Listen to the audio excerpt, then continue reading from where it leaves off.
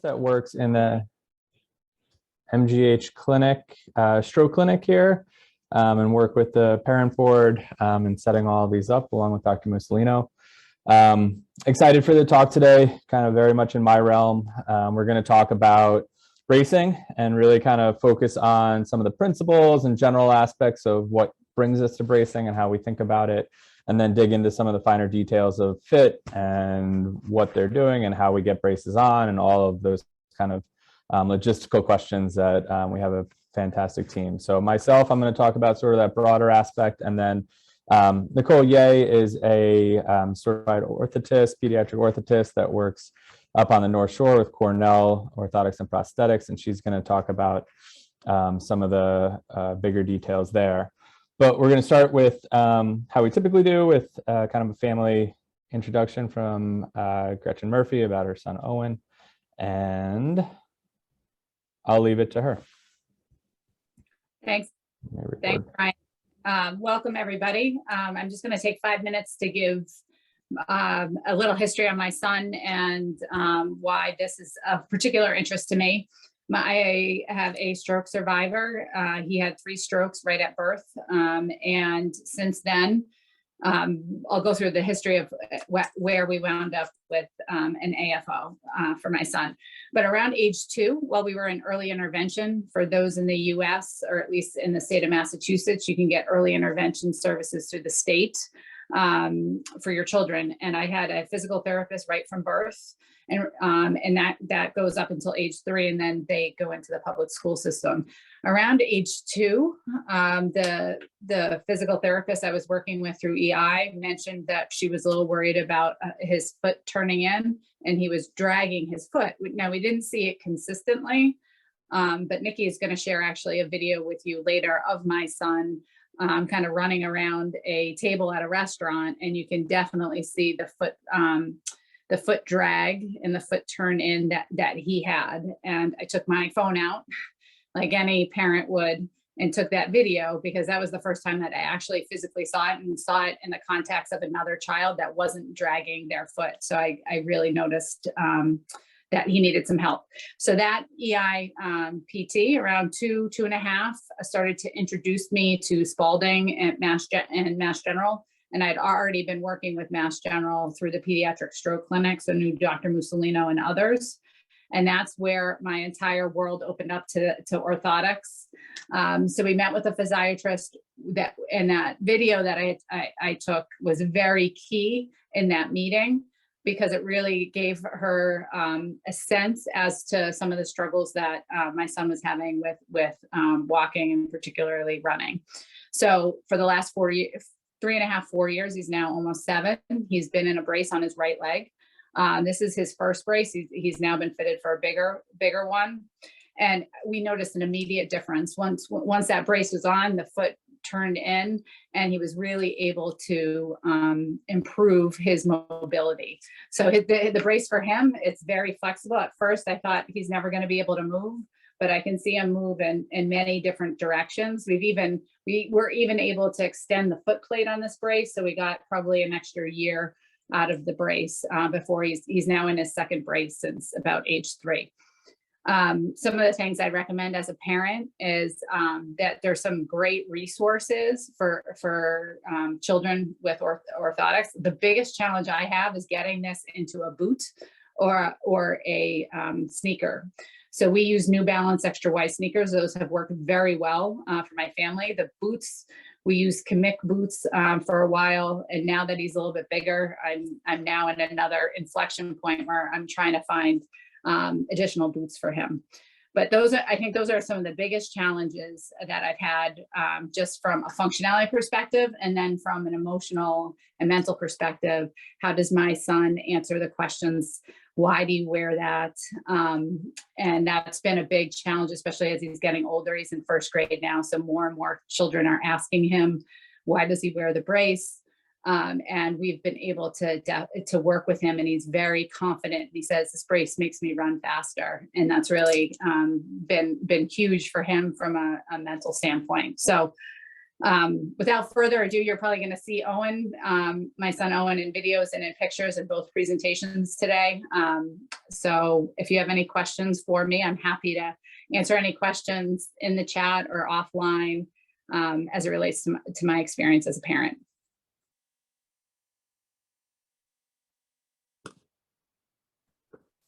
Awesome. Thank you, Gretchen. There's so many points in that I'll tie in with the talk. So it's really helpful. And I think one of the things that I didn't put into this talk, but just listening to you, those videos are so helpful on so many levels, because, you know, kids, especially when they're younger, how much they're participating, how much you're seeing when you're in that actual session with them versus the videos, especially on the iPhone now, you can slow them down. You can really almost get like a gait analysis as you're looking through them. But to bring it back to the talk that I was going to kind of start with today. So the things that I'm going to touch on, so the topic is really these principles and maybe finer points of bracing, and really want to look at some of the fundamentals of bracing, really focusing on kind of that ankle foot orthotics. Some of the principles and these aspects, probably in the pitfalls and some of the other areas will apply elsewhere, like the upper extremity and that sort, but really the meat of this is for our ankle and for our gait.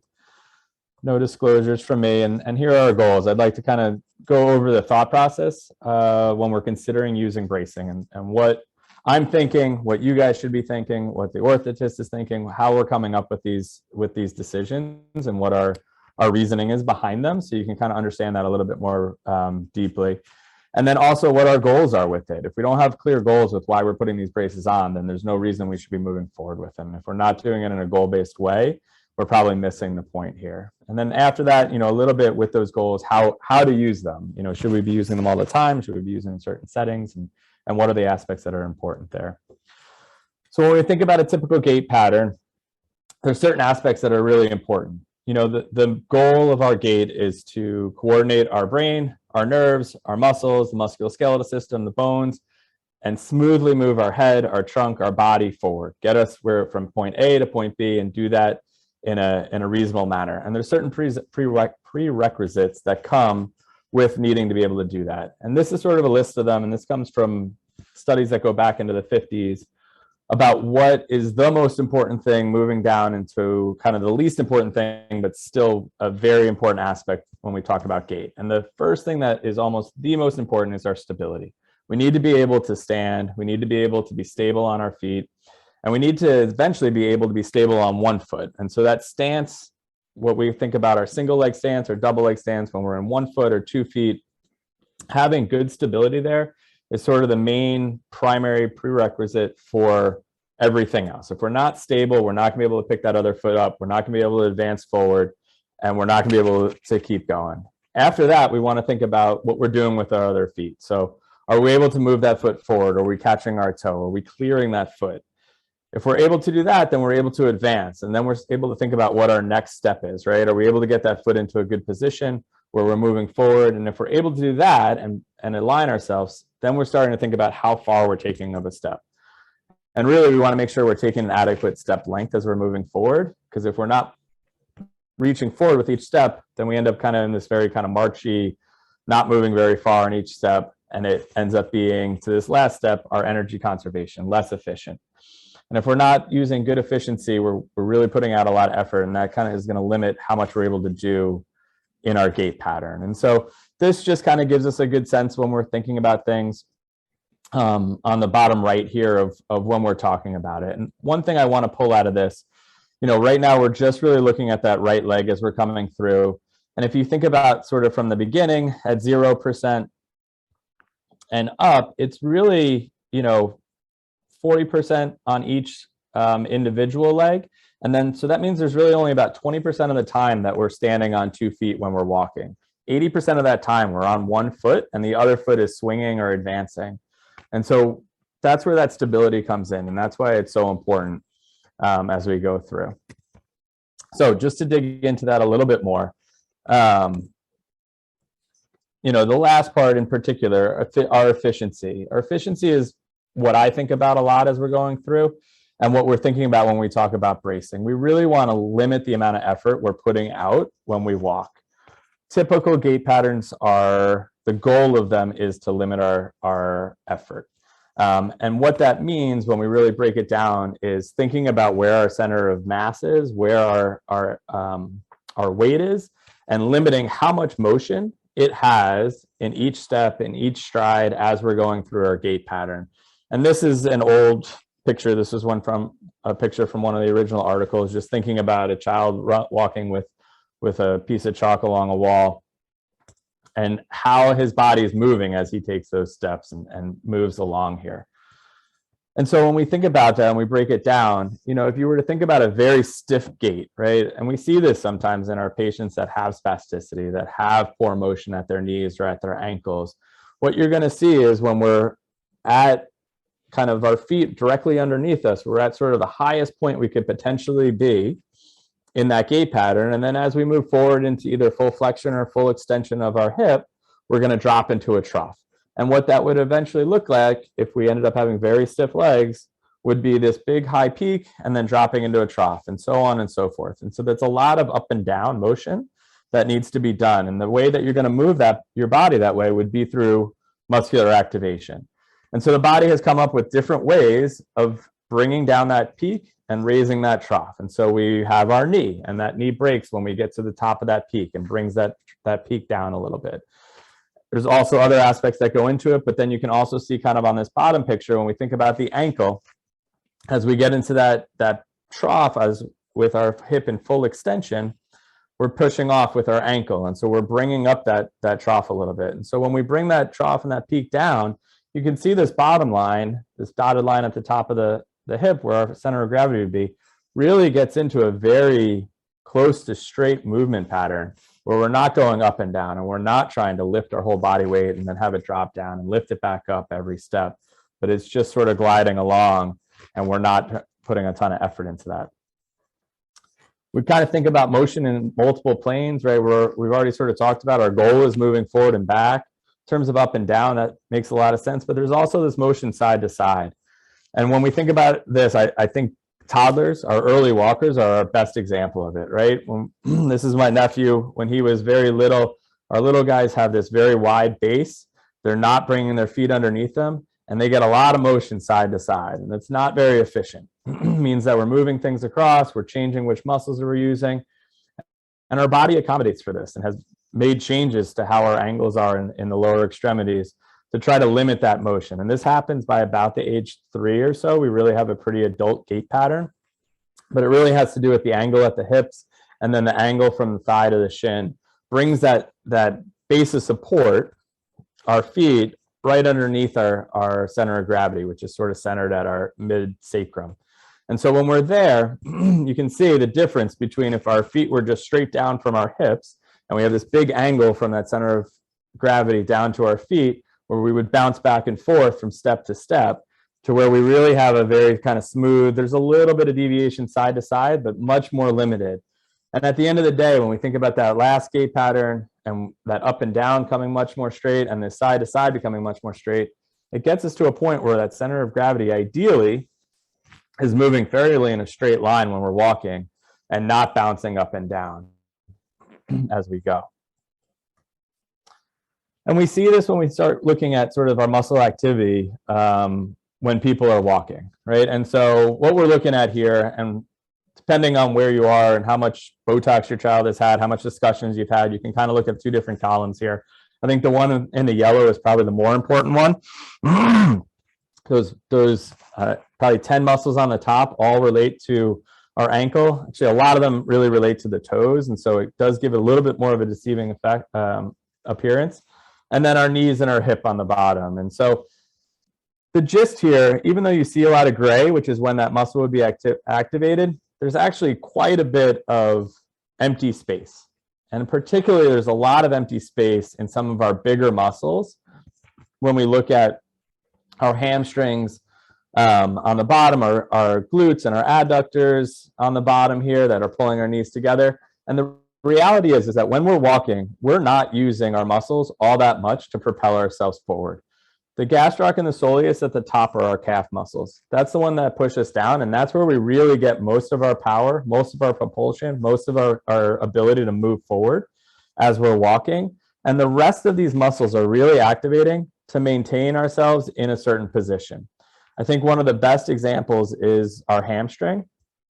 And, you know, we would think about our hamstring as we finish the end of our swing phase and our leg is advancing and it's coming forward, our hamstring kind of fires to slow it down. So it comes up and it gets us into a good position for that next stride length. And that's the main activity of that hamstring. And that's a big muscle in our body. When we're running, obviously very different. We use these muscles very different. But when we're walking, our goal is efficiency and energy conservation and kind of distance. And so the goal here is less activity. And that's what we think about when we're thinking about and when I'm thinking about using our bracing. What are we doing to improve our efficiency? What are we doing to get ourselves that we can do more, move forward further, and be able to do more activities? And this picture on the left is just probably a little bit more my preference. It's a little gremlin that kind of activates as if the calf, and then the dorsiflexor is pulling the toes up. And it's just something I've put into every one of my talks. So just to kind of go back, this is a reminder of the things that we talked about on the front end. What was important? What are the prerequisites for effective walking? What do we need in order to effectively coordinate our nerves, our muscles, our bones, and propel ourselves forward in an efficient way? We need that stability. We need that foot clearance and that pre-position of our foot on initial contact to get ready for the next aspect. And we need an adequate step length. And then with all of those, our goal really is energy conservation and efficiency as we're going through. So when we think about our bracing, we think about those prerequisites. We need that stability and stance. And so if we have instability at our ankle, if we have instability in our dorsiflexors and our plantar flexors that are keeping our foot down or up, we really want to improve that stability. And that may be a first step that we're looking at. And there's certain braces that are very good for stability side to side. There's other ones that are great for stability back and forth. We may want to assist with those weak muscles. If we're unable to get our toe up and we have a significant foot drop because we have weakness in the front of our ankle, pulling our toes up, we may need something that helps us bring that foot up. Often that may be associated with some weakness pushing our toes down. And there are braces that can either just help bring those toes up and help with our clearance versus just pushing that foot down and give us a little bit more propulsion as we're walking forward, a little bit more efficiency. And then finally, you know, thinking about any sort of potential deformity, potential abnormality in terms of where we are. And there's two different goals that I think about when we may have, you know, differences in our alignment. And there's the ability to potentially correct that, which obviously when kids are younger, if we can get them into a more typical alignment and more anatomical alignment, it's going to improve our efficiency. But at times we may not be, and particularly as kids get older, if our spasticity is very significant, if we really have not been able to manage something and we just have a plantar flexion contracture, we're not able to get that ankle to 90 degrees, we may need to accommodate for that. And so we're looking at these bracing in a way that we might be correcting something or just accommodating and allowing that child to function within the range of motion or the positioning that they have.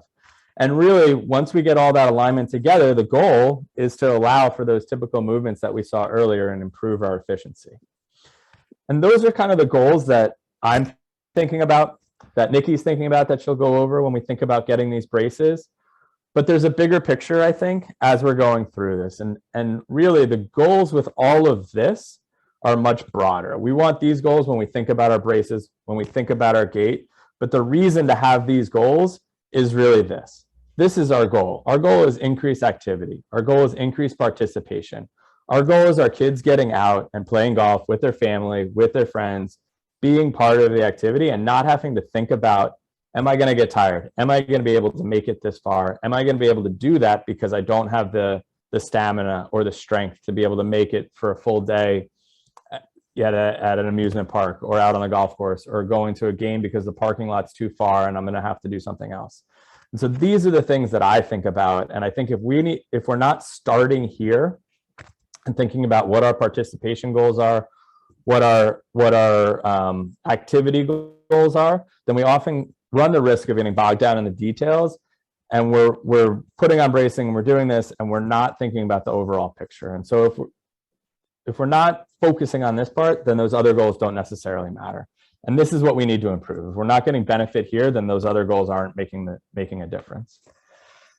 And so it does kind of bring us to some of the pitfalls and other things that we may be seeing as we're going through this. And one of the ones that occasionally happens, having a great orthotist, having a parent that's informed and understands what they're doing is a perfect way of avoiding a lot of these things. But overbracing is one of the things that I worry about as I go through, and I think about on a minute-to-minute, case-by-case, as we're going through and looking at these braces. Every time patients come in, is this the right brace? Is this too much? Is this doing too much for the patient? Or is this potentially limiting things that they should be doing? And often what that means is that we've thought about our stability, which appropriately so, as you saw from sort of our prerequisites, that is the most important thing. We need to be able to be stable and standing, but we don't want to only think about that, right? If that was the only thing we focused on, we'd put everybody in a solid brace that looked like a cast. They'd be very stable, but we would very much limit how much we were able to move our foot forward. We would limit our efficiency, and it wouldn't be the ideal thing.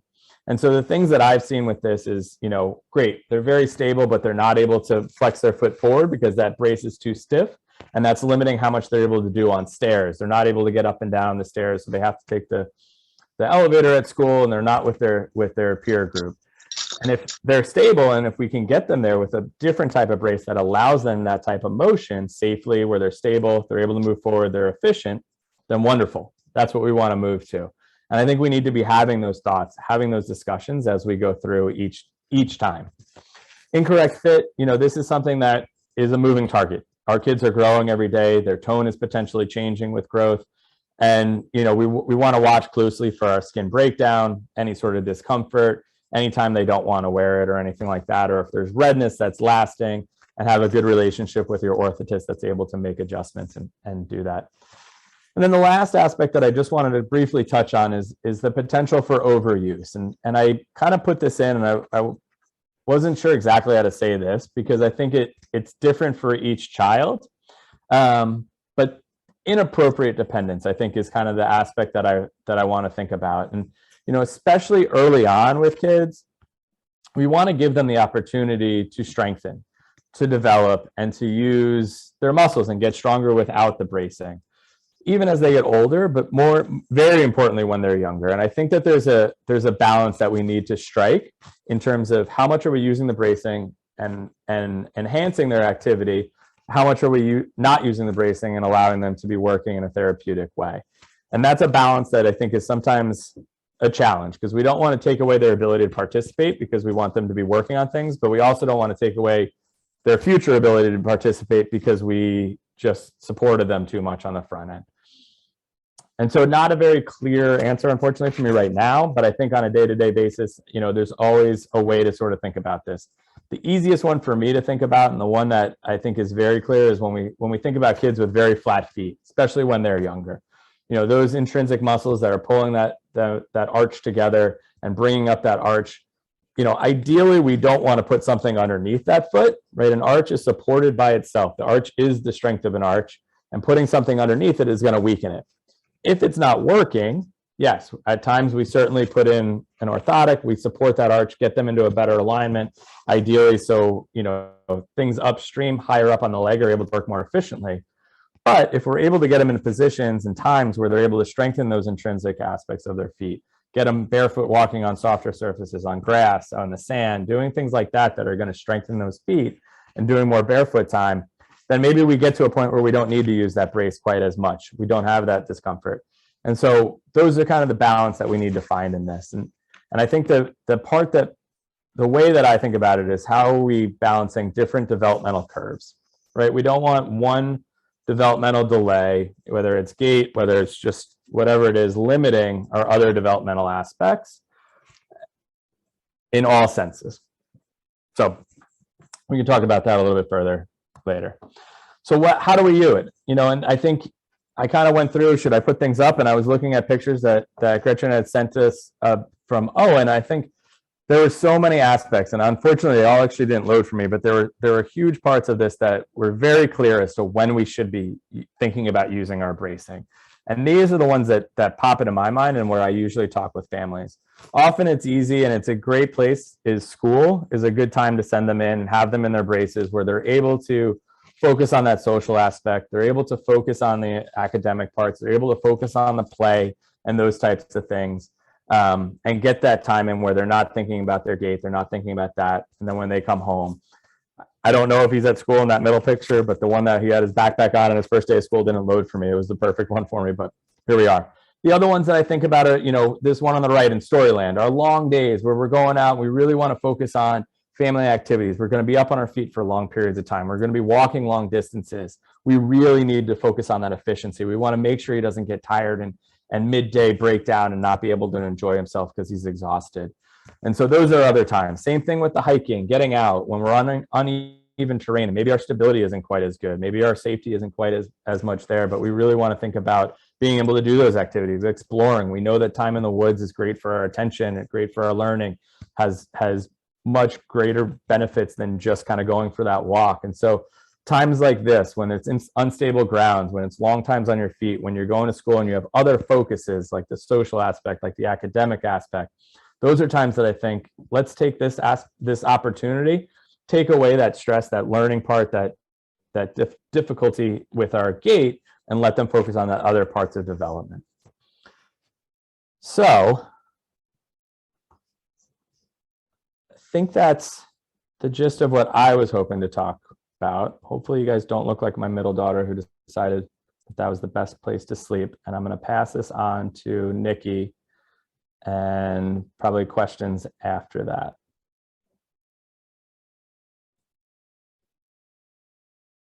All right. Thank you.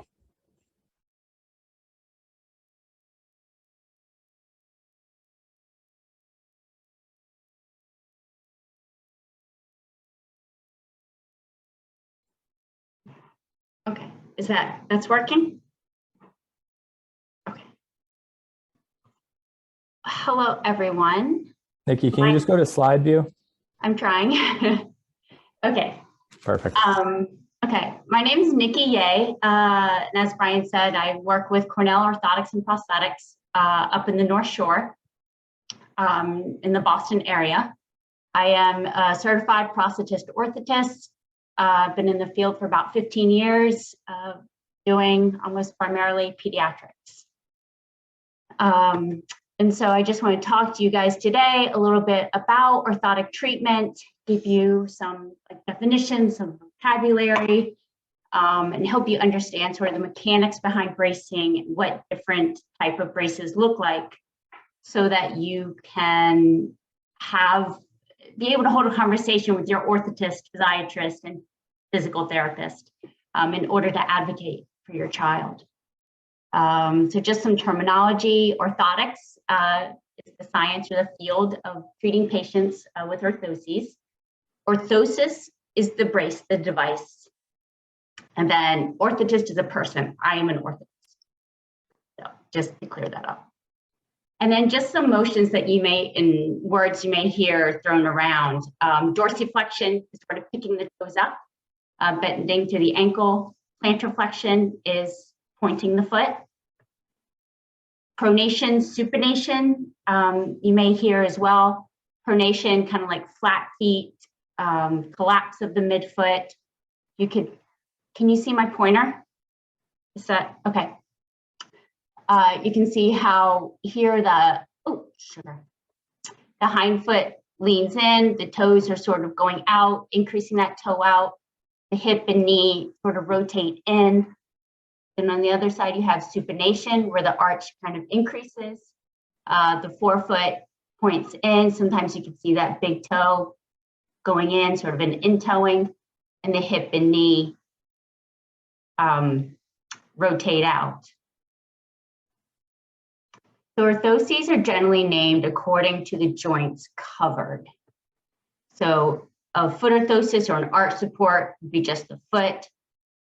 If we come up higher, have an ankle foot orthosis, cover the knee, a knee ankle foot orthosis or KAFO. An SMO is a type of AFO and it comes just above the ankle. The orthosis for your child could be sort of measured or sized in kind of 3 different ways. There's prefabricated or custom fit orthosis, where the sizing is based on measurements, kind of like clothes. So just 1 or 2 measurements, they order the size, they can customize it, heat flares, padding, trimming to fit your child. There's custom from measurement, where a greater series of measurements are taken. The orthosis is made at a central fabrication facility based on those measurements specifically for your child. And then there's custom from a cast, or patient model. In this case, the patient is casted or scanned, and the orthosis is fabricated directly from that mold. So when designing an AFO, there's certain sort of mechanical principles that are used. And these are the ones that I think of when designing my braces and thinking about outcomes and function. So first, 3-point bending systems. So effectively, we're trying to hold the leg, if possible, in as neutral position as possible to create that stability that Brian was talking about and that nice, stable, basic support. And typically that's just through a 3-point bending system. And so here for pronation, you can see where these 3 forces may be applied. Here for more of a varus supinatory deformity, here the application of the forces, holding that limb in a nice, straight, neutral position. To control plantar flexion, you can see here are the 3 forces, with the top of the ankle being a big one.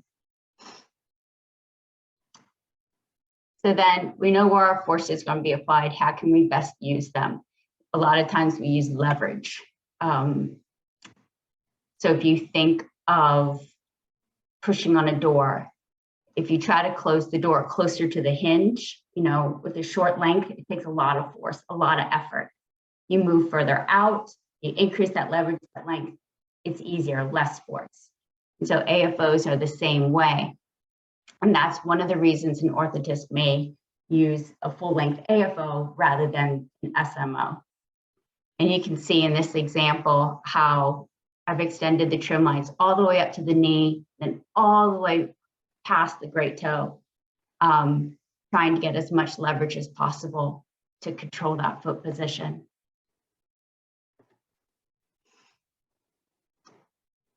So I know where I want to put my forces, but obviously some parts of the body tolerate pressure and force better than others. So we think of that in terms of pressure tolerant and intolerant areas. The pressure tolerant areas are usually like soft tissue or the long, flat aspects of bones. Here you can see you've got your calf, your medial arch, this part right above the ankle. This part of the bone tends to tolerate pressure fairly well. The pressure intolerant areas are those bony prominences, which don't have a lot of soft tissue covering them.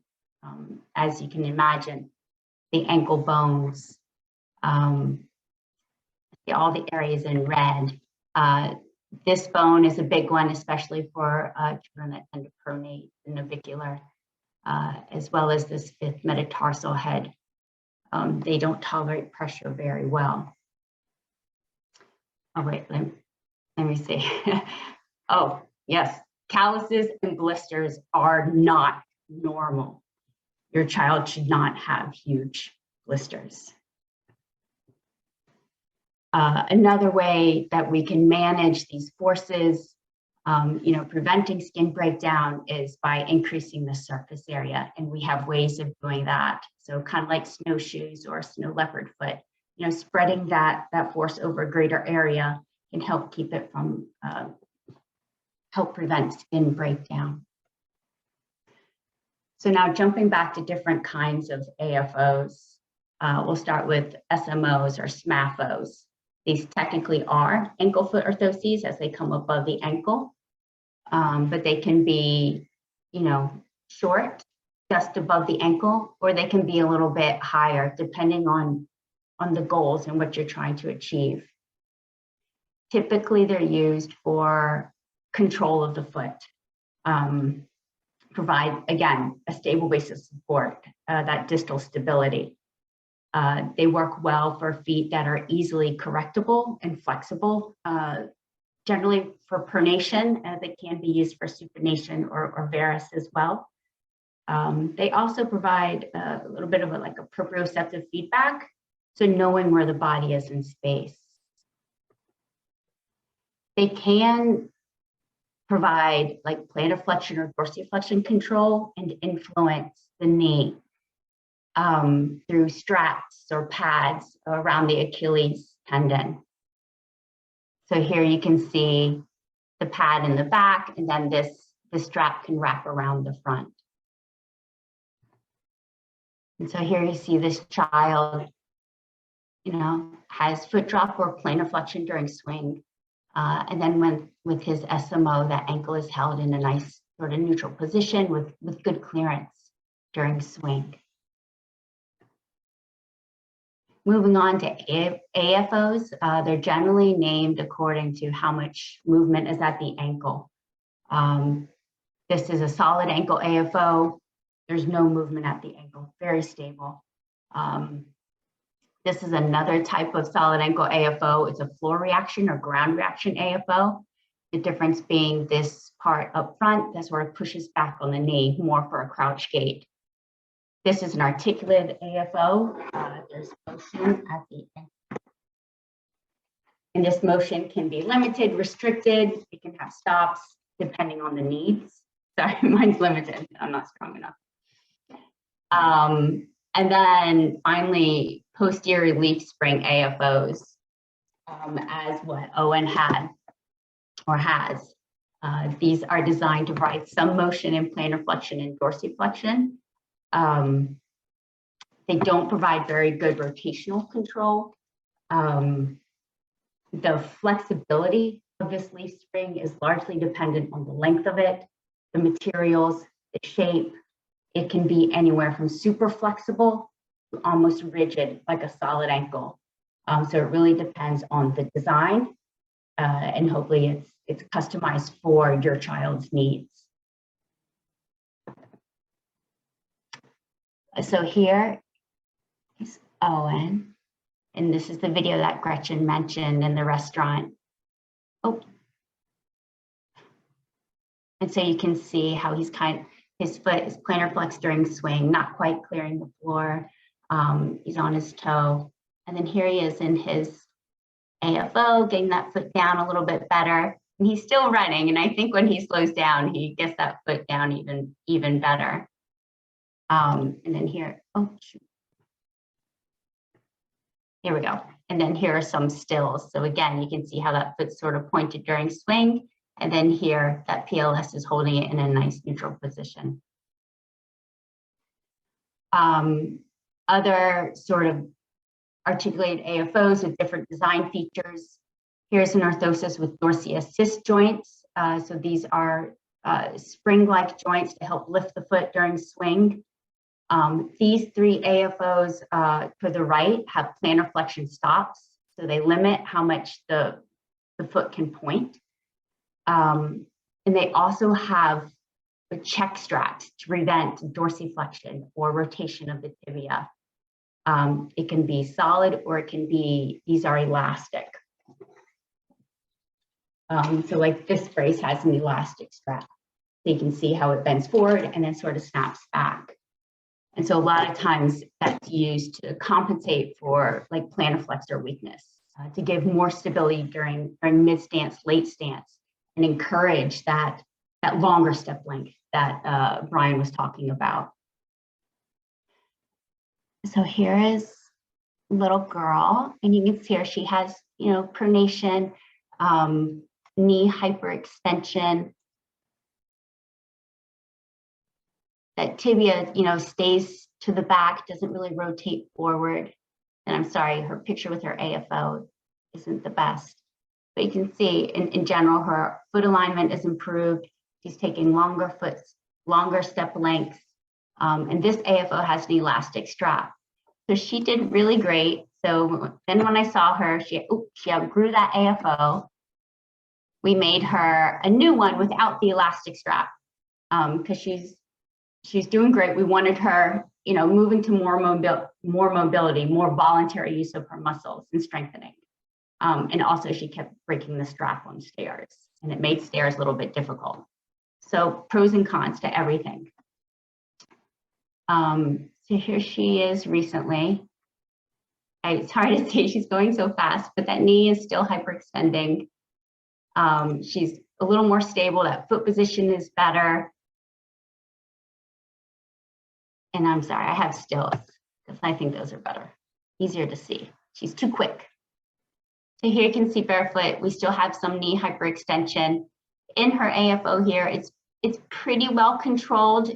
There's still a little bit of a hyperextension. And as an orthotist, I'm thinking, long-term, sort of protecting that knee the best I can. And you can see when she was younger with the strap, that knee position looked a little bit better. Sorry, I can't see what's. And then, as you can see, her pronation is well controlled. So,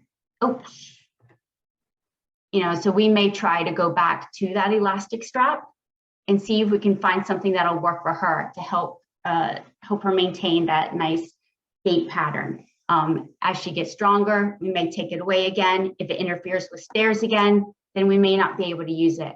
And so these are the things that you have to weigh. So an AFO versus an SMO, why might the orthotist use one versus the other? Torsional control, pronation, supination. AFOs tend to be more rigid and provide better torsional control. And this is really paramount to stability and that base of support. If you need greater control at the knee or ankle, an AFO, of course, provides you better leverage. And all this is determined by size of the child, strength or weakness, flexibility, tone, and how easily those joints can move. Another sort of design feature of AFOs that's very useful are inner boots. These are made of a softer material than the external frame. So this is super flexy, and then the outer frame is a little more rigid. These are great. They can help reduce friction. They provide the sort of total contact and compression, which can help reduce tone. They increase surface area for pressure distribution, and they help control the foot in different planes and directions, especially the forefoot and midfoot. Negatives, they increase bulk, which can make shoes even more difficult. Sometimes with articulated AFOs, they can limit how much motion occurs, but I think that's easily fixed. Sometimes I've seen the inner boots have sort of material like this that's actually too flexible. It's great for the skin loves it, but it doesn't actually add any extra control, and it doesn't control the foot any better. So personally, I'm not a fan of that material. Here's some examples of inner boots. Here you can see there are cutouts in the frame to help relieve some of those bony prominences. This inner boot extends all the way up. It's open in the middle, again, depending on tone, presentation, how much control is needed. This inner boot you can't see, but it's solid in the front so that the two parts come together and snap together. So I use that for children who have really strong plantar flexor tone. I just want to take a minute and mention carbon fiber or laminated AFOs, because I'm sure in all your Google searches you've seen these pop up. They're very lightweight, they're super cool. This material is used a lot in prosthetics. They do provide a really nice dynamic motion, and they can help facilitate a very smooth gait pattern. Some of the negatives are that they're more expensive. The material still fatigues and delaminates. I think especially doing things like kneeling, running, putting weight on that toe, things that kids do. Not all manufacturers make them for kids. Some do, but those designs I found can be rather stiff. They can make kneeling difficult, transitions, crawling difficult. So in general, these AFOs are very useful for some people. I tend to use them more for my middle school, high schoolers, not so much for the younger kids. So just to give you an idea of when you're referred for orthotic care, you know, what to expect, because it's all going to be very new and I guess probably overwhelming would be my guess, potentially. So your first appointment is evaluation and casting. The orthotist will take a little bit of medical history, you know, idea of sort of gross motor skills and when the child achieves certain milestones.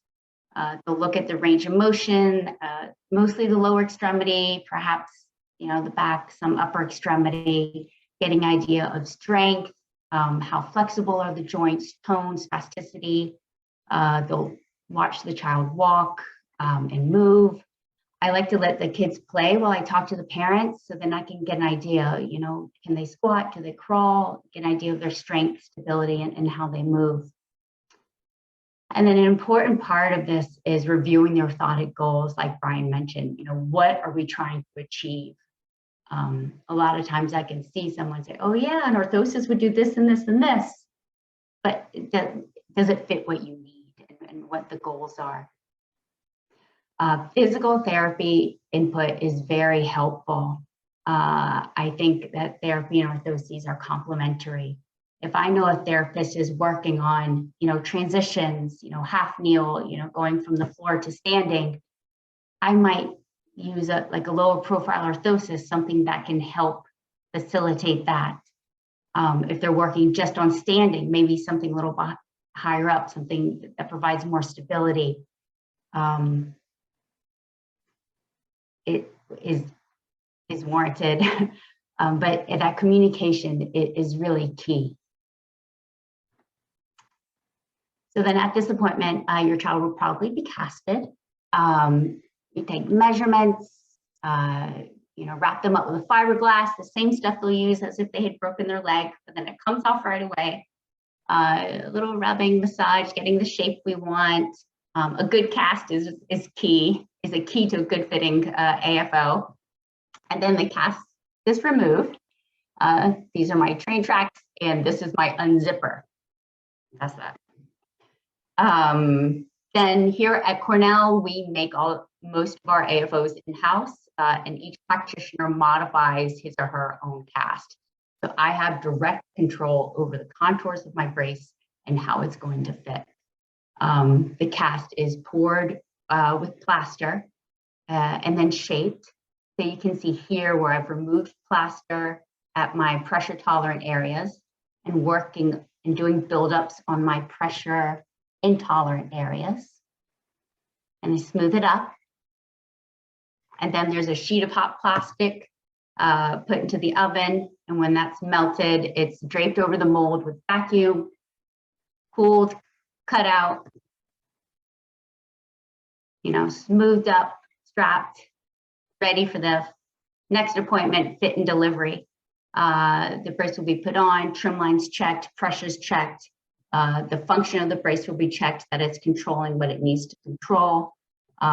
Gait check, alignment in shoes, if shoes are available, is crucial. You can see how walking in this brace might be more challenging than walking in this one. And all it is the alignment in the shoe and a little heel lift. Oh, sorry. And then there's follow-up. Follow-up could be anywhere from 2 to 4 weeks after getting the brace, depending on, you know, your orthotist. You address any questions or concerns. Again, check the skin, check the gait. Usually it's at this appointment that I fine-tune the gait and the alignment a little bit more as the kid has had more time to get used to it and their walking in the brace is normalized a bit. And then I like to follow up with my pediatric patients every 3 to 6 months, depending on the age and goals and kind of what we're looking for and what we're expecting. If between appointments you have any questions or concerns, please call your orthotist. It's very important to just ask him or her any questions you have or concerns. So just some kind of tidbits, I guess, for orthotic use. Putting on the brace makes a big difference in terms of function and outcomes. Ideally, the child's seated, the knee and hip are flexed. I kind of sandwich the toes in my hand, bend the toes up, can help reduce tone and put that foot in a good position. And then you insert the heel in, and you want the heel all the way seated, and keep that foot as straight as possible. I like to say that a brace can hold a position, it can't correct it. So if you put the foot in a pronated position, that's the way it's going to be held in the brace. Straps should be snug. You can ask your orthotist to put marks on the straps at how tight they should be to help eliminate any confusion or questions. Wear time, Brian touched on this a little bit. There is a break-in period like new shoes. The skin needs to get used to the brace. The body needs to get used to it. Typically, it takes about 1 to 2 weeks. I recommend about starting with 30 to 60 minutes and gradually increasing that. Your orthotist should have a recommendation. Wear time recommendations depends on the goals of the brace, really, and how old the child is.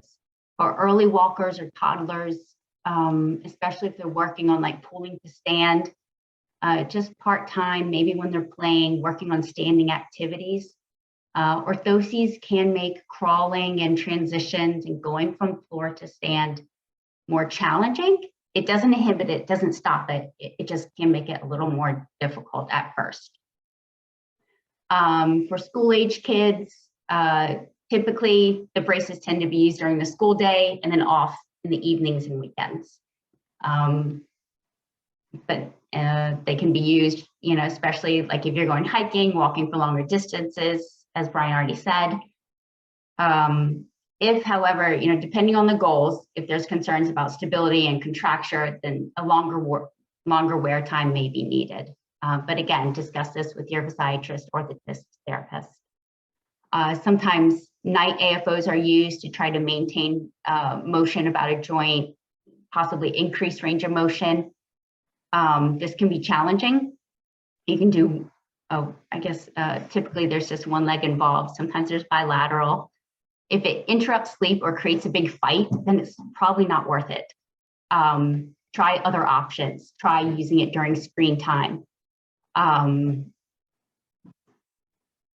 You can do it when you're reading books to the kid.